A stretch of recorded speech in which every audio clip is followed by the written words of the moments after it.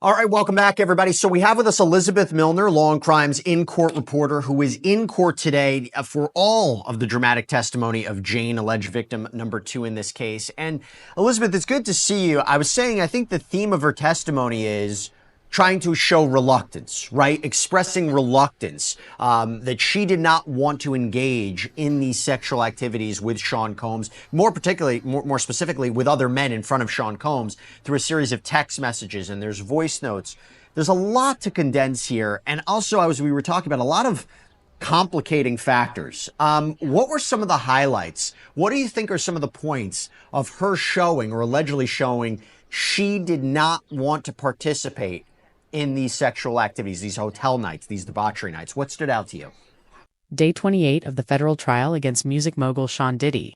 Combs took a disturbing turn that left even seasoned courtroom reporters stunned, with the defense pulling back on presenting witnesses and instead relying on exhibits. Prosecutors doubled down, unleashing a wave of digital evidence, payment records, audio clips, and emotional testimony that painted a dark, organized picture of prostitution and possible sex trafficking. Her, and then Cabral ended up coming to the Trump Hotel for another hotel night. And again, these are messages from 2023, so fairly pretty recently. But as far as just the lead up to it, and Jane was explaining how Cabral landed, they ended up doing a hotel night, even though she didn't want to do a hotel night. And I think what the prosecution there was kind of sprinkling in that this was sex trafficking by fraud, or at least transportation to engage in prostitution, because she is flying out this entertainer, as she calls him, from Atlanta to New York City, and then they do a hotel night, and then they slowly start to get into the text messages from October, later into November. And what happens in November of 2023, as many of us who have been following this case day in and day out know, is that is when Cassie dropped her jaw-dropping lawsuit. So in terms of just Jane kind of explaining Cassie's lawsuit while she was on the stand, she was also getting kind of emotional there too, kind of explaining how there were 3 particular pages in her 35-page complaint or so that really stood out to Jane, because she felt like she was just recalling her entire story. And so we did see a lot of messages this morning, and then we were slowly kind of getting into the Cassie aspect of it. But it was just interesting the way I think the prosecution was kind of laying this out, and then we're kind of like, okay, well, where is this going after we're seeing these same messages? But then we finally got to the destination I think the prosecution wanted to go to, and it seems like it'll pick up from there after the lunch break. A lot of points. In a tense moment, prosecutors brought in a Homeland Security special agent to act as a summary witness tasked with compiling months of digital and financial trails. These weren't just vague allegations anymore. The court was shown charts detailing flights, hotel bookings, and payments made directly from Combs' accounts or through intermediaries, all pointing toward a systematic effort to move women, especially the alleged victim, Jane, across cities like New York, Las Vegas, and LA, for what prosecutors described as hotel nights.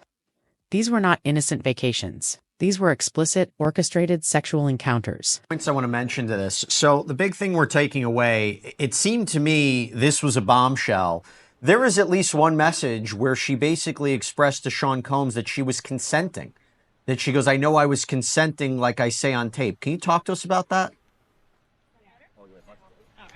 Yeah, so I'm going to allow, this is called me filibustering. Because Elizabeth takes incredible notes, and there's so much activity happening in that courtroom. So this was actually towards, I think maybe in the last hour or so, it actually stopped me when I was reading this, because it's all about, was this consenting? Was this all consensual? And it seems the prosecution, you know, they had to fix this up a little bit. So talk to us about the circumstances of this message and what the prosecution asked Jane about it. And where, I mean, there's one thing to read it in the transcript. How did the jurors respond to this?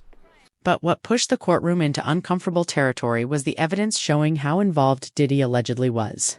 American Express records showed charges upward of $2,500 at hotels like the Trump and Whitby.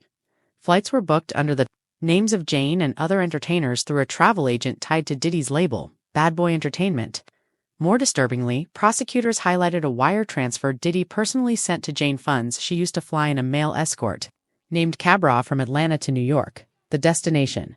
A suite booked under Diddy's account. And as we've been following this case, we now know Diddy's birthday, of course, to be November 4th. And so kind of leading up to this, she was saying that she was feeling anxious because she felt like she might have to possibly perform in another hotel night or debauchery night. But what she ended up doing was or what she ended up doing was spending the night at home by herself because Diddy ended up spending that birthday with his family. But I think what's interesting, and I think might be a point that the defense will kind of talk to her about whenever they get that time to cross-examine her, was that during this particular birthday that Jane got Diddy a mobile television, and this mobile television was so that way he could watch their videos together, their sexually explicit videos together. And she said that this television could suffice as entertainment for Diddy. And so then that's when we start to kind of get into Cassie's lawsuit. But as far as just her saying that she consented on these tapes and told Diddy this, I definitely think it's a point the defense will pick apart whenever they do have that time to cross-examine her. So it's pretty conflicting. And as far as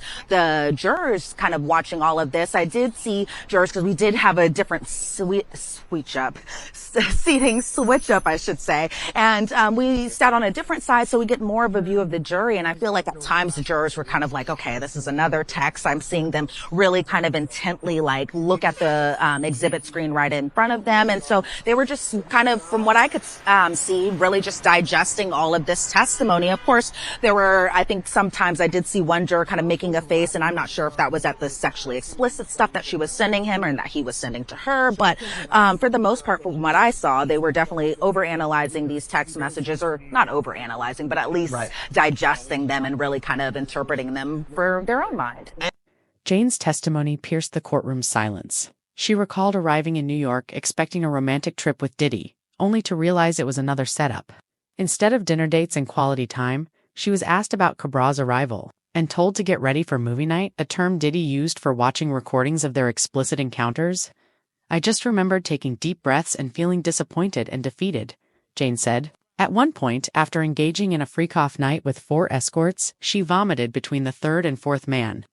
Diddy's alleged response? It's all out of your system. Let's get back to it. And I'm curious how Diddy's behaving, because we know last week he was scolded by the judge for allegedly nodding at the jurors during a key piece of cross-examination. There were reports that he went up to the sketch artist and complained because he felt that the sketch artist, and we're showing these sketches, or part of the sketches, make him look like a koala. By the way, we put up a poll and we asked our viewers, what do you think? Definitely a koala or don't see it. Sorry, not make a lie. 55% don't see it. They don't see a koala. But how has he been reacting during the course of what is, important testimony and arguably points of the testimony that may help his case? The prosecution emphasized that these weren't isolated incidents. They showed screenshots of internal emails from Diddy's team requesting $5,000 to be sent to Jane. One came directly from Robin Greenhill, Diddy's assistant, who messaged, "Hey, please send Jane $5,000. And that's not all. The court also heard about text messages between Jane and another escort arranging flights, followed by transactions paid by a bad boy-linked Amex card. The prosecution argued that even though Jane may have booked the arrangements herself, the funds, the setup, and the context all traced directly back to Diddy. It wasn't just prostitution, it was, they claimed, sex trafficking by fraud. Yeah. From what I saw of him, he definitely isn't doing that thing where he's looking at the jurors, he's nodding along, because also the prosecution is giving this line of questioning right now. It's not his defense attorney. So it might switch up when the cross-examination begins, but possibly not, also because of what the judge had told him last week. But as far as even the jury entering and exiting the courtroom, either for a break or for the lunch break, as we saw just a few minutes ago, it's a little bit different. Before, he would kind of turn around, watch them all go off of their seats. But this time I really saw him just laser focused on the judge, or just straight up looking down. So I think trying not to make eye contact. I don't think he wanted to get in the judge's crosshair, not one bit. Now, as far as the koala thing goes, I have to say there was this time where I did see Diddy talking to Jane last week, and I did see him kind of doing this. And I think as far as the koala goes, I think it was really kind of like talking about playing up the beard just a little bit as far as what you could see inside those drawings, because it is pretty cool to see Jane kind of in her work really kind of drawing everything piece by piece. Sometimes in testimony, when like it gets a little redundant, I am kind of looking off to her to see how this is all coming along. And so it seems like, yeah, it's Jane Rosenberg, and she does a great job. She does a fantastic job, and she really is very diligent when she's putting her court sketches together. Okay, we have a question for you, Elizabeth, from one of our viewers, Tamara. Jane's emotional collapse during testimony was hard to miss. She spoke about how she believed Diddy's large financial gestures, like paying her $10,000 monthly rent, trapped her into feeling obligated. I opened Pandora's box and can't close it. One night of fun turned into our entire relationship, she texted him. In another exchange, when she expressed reluctance to continue these hotel nights, Diddy responded with a voice note. We have an open relationship? What's the problem? This cold, dismissive tone crushed Jane. She testified that these events left her with PTSD, a urinary infection, and emotional breakdowns. Also, got a question from RSS. Real quick, Elizabeth. What went on with this mistrial situation? Didn't the defense file for a motion for a mistrial? I think it had to do with what they believe is false, perjured testimony of some of the witnesses, right? Yeah. So it all has to do with Bonna's testimony, and the defense during Bonna's cross-examination was kind of like, okay, Diddy wasn't even in that side of the country when this allegedly happened. And you say that Diddy dangled you off a balcony on the 26th. We have this receipt showing that he was actually at the Trump Hotel here in New York during, I think it was the 24th of September to the, I think, 26th of September of that year, or just a couple days. It might be takeaway here or there. But the defense did file a motion for a mistrial, or renewed motion for a mistrial over the weekend. And so I was expecting some arguments about it this morning, but another diversion yet again, because the government has to respond to the defense's motion for a mistrial. Obviously, they're going to oppose it. And so business just kind of continued on as usual this morning. There was a little moment this morning where the judge was like, can I speak to both lead counsel in our chambers? And we thought maybe it's a jury issue. We didn't know kind of what was going on. And then again, they just went to business as usual. From what I saw of all the jurors today, they were all there. And so as far as the first question, the motion for a mistrial, the government will respond to that today. Yep. And so we could hear arguments about it possibly tomorrow. All right. Elizabeth Milner, I know you got to head back into that courthouse. Thank you so much. Great reporting as always. Thanks, Jesse.